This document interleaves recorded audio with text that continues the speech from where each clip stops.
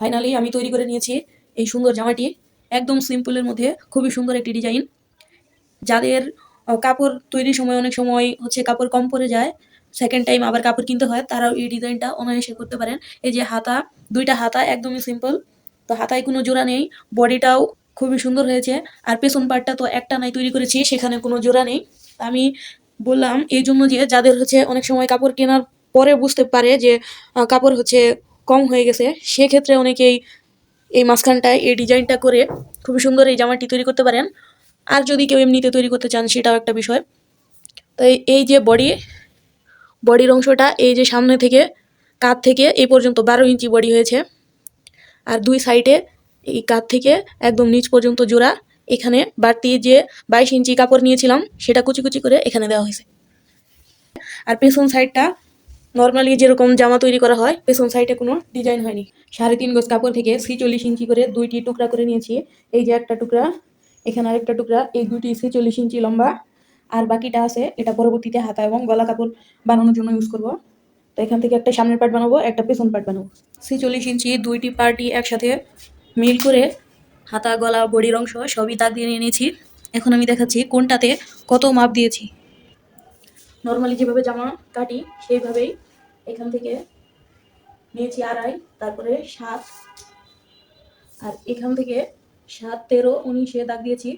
7 ইঞ্চিতে বডিতে নিয়েছি 10, পেটের অংশে নিয়েছি 9.5, আর কোমরের অংশে নিয়েছি 11, আর এখানে হাতার অংশে 8.5। তো সবগুলো দাগ একসাথে মিলিয়ে সেপ কাট বসিয়ে দাগ দিয়ে নিয়েছি। আর এইদিকে একদম নিচের দিকে যতটুকু চওড়া ছিল 19.5 ইঞ্চি, এই বরাবর আমি দাগ মিল করে নিয়েছি। এরকম ফিতা ধরে জাস্ট মিল করে নিয়েছি। এই কাপড়ের যতটুকু চওড়া ছিল ততটুকুই রাউন্ডের ঘেরটা বানিয়েছি। এই দাগ অনুযায়ী এখন কেটে নিচ্ছি।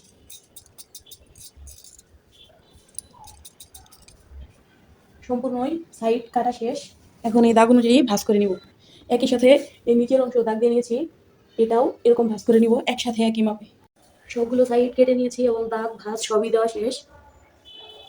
এখানে দুইটি পার্টের সামনে পার্ট, পেছন পার্ট, গলার কাপড় কেটে নিয়েছি। এখন একটি পার্ট, মানে যেটা হচ্ছে আমি সামনের পার্ট বানাবো, সেখান থেকে 5.25 ইঞ্চি চওড়া কাপড় কেটে আলাদা করব।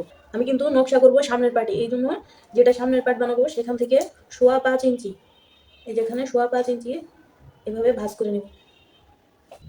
এই যে আমি দেখাচ্ছি, এটা কিন্তু পেছন পার্ট, এই কাপড়টা ঠিকই থাকবে, শুধু সামনের পার্টটা আমি 5.25 ইঞ্চি এভাবে সম্পূর্ণ কাপড়ই এই যে ভাঁজ করে নিয়েছি। এখন এই অংশটা কেটে আলাদা করব। এই ভাঁজ অনুযায়ী এভাবে কেটে আলাদা করছি। এই সম্পূর্ণ অংশই কেটে আলাদা করে ফেললাম।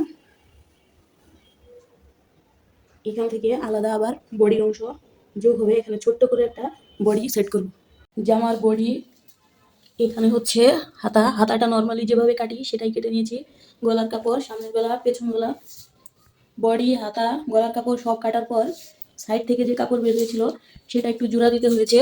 এই যে এখানে দুইটা টুকরা আর এখানে দুইটা টুকরা, মানে এখান থেকে যে কাপড়টি বের হয়েছিল সেখান থেকে আমি এই যে উপরে 12 ইঞ্চি এটা রেখেছি, 12 ইঞ্চি, মানে এখান থেকে এই নিচের দিকে 34 ইঞ্চি এই কাপড়টা নিয়েছি, 34 ইঞ্চি এই মেন কাপড়।